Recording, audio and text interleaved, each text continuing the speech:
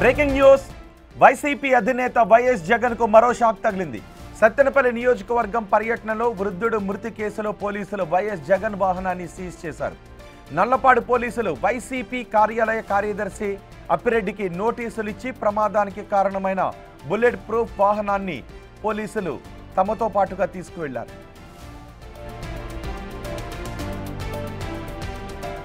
సింగయ్య మృతి కేసులో వైఎస్ జగన్ పై పోలీసులు కేసు నమోదు చేశారు.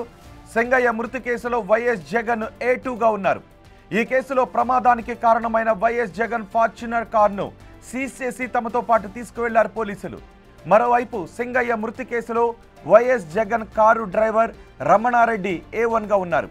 A2గా వైఎస్ జగన్, A3గా కారు యజమానిపై కేసులు నమోదు చేశారు. ఈ ఫార్చునర్ కారును వైసీపీ పేరుతో కొనుగోలు చేసినట్టుగా తెలుస్తోంది.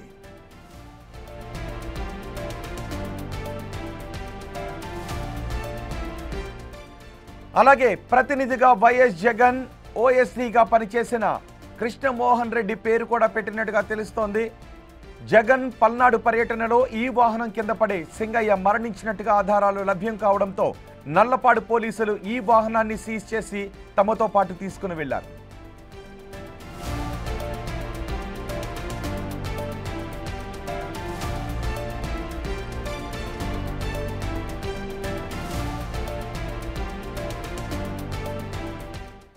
ఇప్పటికే ఈ కేసులో జగన్ ని A2గా చేర్చారు. ఇప్పుడు జగన్ వాహనాన్ని కూడా సీజ్ చేసి తీసుకువెళ్లారు.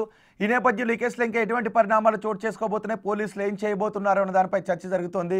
దీనిపై పూర్తి సమాచారం అందించడానికి మా ప్రతినిధి సాయి శంకర్ అందుబాటులో ఉన్నారు. సాయి శంకర్, జగన్ వాహనాన్ని కూడా సీజ్ చేసి తీసుకువెళ్లడంపై వైసీపీ నేతల రియాక్షన్స్ ఏంటి? ఈ కేసులో పోలీసులు ముందు ఏం చేయబోతున్నారు? ప్రధానంగా సింగయ్య మృతికి కారణమైనటువంటి వాహనం ఏదైతే ఆ రోజు ప్రమాదంలో ఉన్నటువంటి వాహనాన్ని నిన్న నల్లపాడు పోలీసులు తాడేపల్లి ఏదైతే వైఎస్ఆర్సీపీ పార్టీ ఆఫీసు దగ్గరికి వెళ్ళడం జరిగింది. అక్కడ కార్యాలయానికి సంబంధించినటువంటి పేరుతో ఆ వాహనం రిజిస్ట్రేషన్ అవ్వడంతో ఆ కార్యాలయ నిర్వాహకులుగా ఉన్నటువంటి అప్పిరెడ్డికి నోటీస్ ఇవ్వడం జరిగింది. ఆయనకి నోటీస్ ఇచ్చి ఆ వాహనాన్ని నల్లపాడు పోలీసులు నల్లపాడు పోలీస్ స్టేషన్కి తీసుకొని రావడం జరిగింది. అయితే ప్రధానంగా పోలీసులు ఈ వాహనాన్ని తీసుకొచ్చినటువంటి దానిపైన మాత్రం వాళ్ళు ఒక అంశాన్ని చెప్తున్నారు.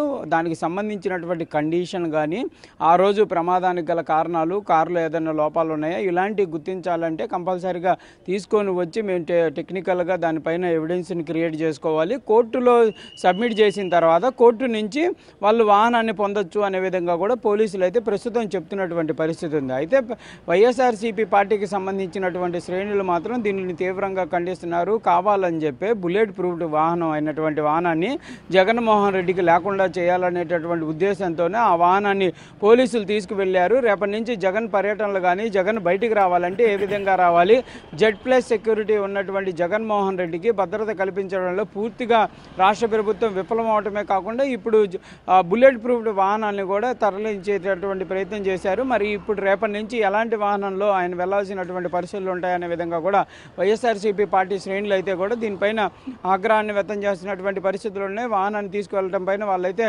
ఆందోళన చెందుతున్నటువంటి పరిస్థితులు ఉన్నాయి. ప్రధానంగా పోలీసులు మాత్రం ఇక్కడ ఇన్వెస్టిగేషన్ ప్రాసెస్లోనే మేము తీసుకొని రావడం జరిగింది అనే విధంగా కూడా వాళ్ళైతే చెప్తున్నటువంటి పరిస్థితి ఉంది. కంపల్సరీగా యాక్సిడెంట్ అయినప్పుడు యాక్సిడెంట్కి కారణమైనటువంటి వాహనాన్ని పోలీసులు సీజ్ చేయడం అనేది ఎప్పుడూ జరిగేటటువంటి ప్రక్రియ.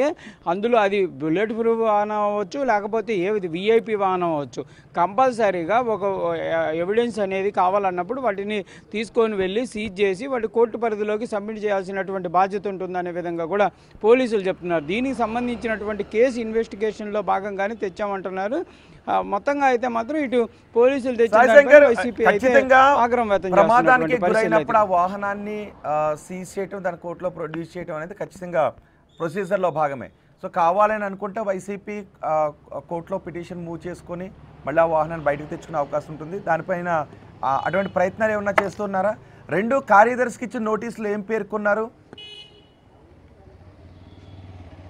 అంటే ప్రధానంగా కూడా కార్యదర్శికి ఎవరైతే లేళ్ల అప్పిరెడ్డికి ఇచ్చినటువంటి నోటీసులో పోలీసులు అయితే క్లియర్గా ఈ వాహనం పలానా 18వ తారీఖు జూన్ 18వ తారీఖు ఎట్లా ఏదైతే లామ్ దగ్గర జరిగినటువంటి యాక్సిడెంట్లో ఈ వాహనం ఢీకొండి ఒక వ్యక్తి చనిపోవడం జరిగింది, పలానా నెంబర్ గల వాహనం, దానిని కంపల్సరీగా మేము టెస్ట్ చేయాల్సినటువంటి పరిస్థితులు ఉంటాయి, దాని కండిషన్ ఏంటి, అది ప్రభుత్వం ఆధ్వర్యంలో నడిచేటటువంటి డ్రైవర్ నడిపేటటువంటి వాహనం కాబట్టి కంపల్సరీగా దానిని మేము అన్ని రకాలుగా పరీక్షించాల్సినటువంటి పరిస్థితులు ఉంటాయి, దాంతోపాటు వాహనాన్ని కోర్టు పరిధిలో సబ్మిట్ చేయాలి, కోర్టు నుంచి మీరు పొందొచ్చు అనే విధంగా కూడా కార్యాలయానికి సంబంధించినటువంటి అప్పిరెడ్డికి అయితే పోలీసులు చెప్పినట్లు కూడా చెప్తున్నారు. కానీ వైఎస్ఆర్సీపీ పార్టీ ఎలాంటి నోటీస్ ఇచ్చారు ఏంటనే దానిపైన ఇప్పటివరకు అయితే క్లారిటీ ఇచ్చినటువంటి పరిస్థితి లేదు.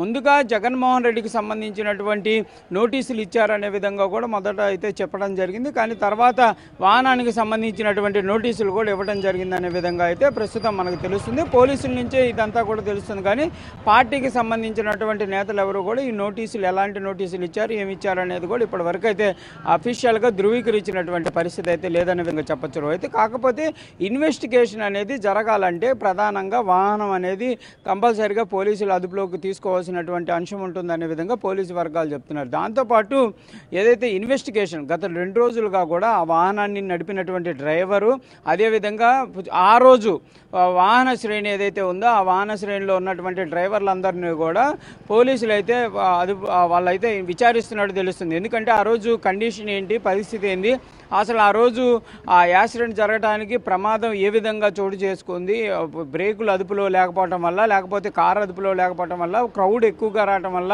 లేకపోతే ఎలాంటి పరిస్థితులు ఉన్నాయనే విధంగా కూడా జగన్కి సంబంధించినటువంటి భద్రతా సిబ్బందితో పాటు కారు డ్రైవర్లందరినీ కూడా పోలీసులు అయితే 1 by 1 విచారించినట్టు తెలుస్తుంది. ఎవరెవరు వాహనాన్ని నడుపుతూ ఉంటారు, ప్రభుత్వం ఇచ్చినటువంటి ఎవరైతే డ్రైవర్ కాకుండా మిగిలినటువంటి ప్రైవేటు డ్రైవర్లు ఎవరన్నా నడిపేటటువంటి పరిస్థితి ఉంటుందో ఆ రోజు నిజంగానే గవర్నమెంట్ డ్రైవర్ రమణారెడ్డి ఉండటం జరిగిందా, లేకపోతే వేరే వాళ్ళు ఎవరైనా నడపడం జరిగిందా అనే దానికి సంబంధించినటువంటి అంశాలపైన పూర్తి స్థాయిలో ఆరా తీసినటువంటి పరిస్థితుల్లోనే వాళ్ళు కొంత ఇచ్చినటువంటి ఇన్వెస్టిగేషన్లో భాగంగా ఇచ్చినటువంటి ఇన్ఫర్మేషన్లో భాగంగా కూడా కారుని అయితే టెస్ట్ చేయాలనే విధంగా కూడా పోలీసులు అయితే చెప్తున్నారు. ఈ రోజు కూడా పూర్తి స్థాయిలో కారుకు సంబంధించినటువంటి మొత్తం స్టేట్మెంట్ అంతా కూడా రాసేటటువంటి అవకాశాలు ఉంటాయి. కారు కండిషను, కారు ఏ విధంగా ఉంది, ఆ రోజు నిజంగానే ప్రమాదం జరిగినప్పుడు అన్ఎక్స్పెక్టెడ్గా జరిగినటువంటి ప్రమాదమా, లేకపోతే కారు కండిషన్లో లేకపోవటం వల్ల జరిగినటువంటి ప్రమాదమా, ఇవన్నీ కూడా ఈరోజు విచారణ చేసి దానికి సంబంధించినటువంటి స్టేట్మెంట్ని అయితే పోలీసులంతా కూడా నమోదు చేసేటటువంటి పరిస్థితులు ఉన్నాయి. దాని ఆధారంగానే కోర్టులో ప్రొడ్యూస్ చేసేటటువంటి అవకాశాలు కూడా కనిపిస్తున్నాయి. ఈ మొత్తం శివశంకర్, మరి ఈ లోపు జగన్ పర్యటనకు సంబంధించి ఇంకొక వాహనాన్ని ఏదైనా సిద్ధం చేసుకున్నారా వైసీపీ నేతలు?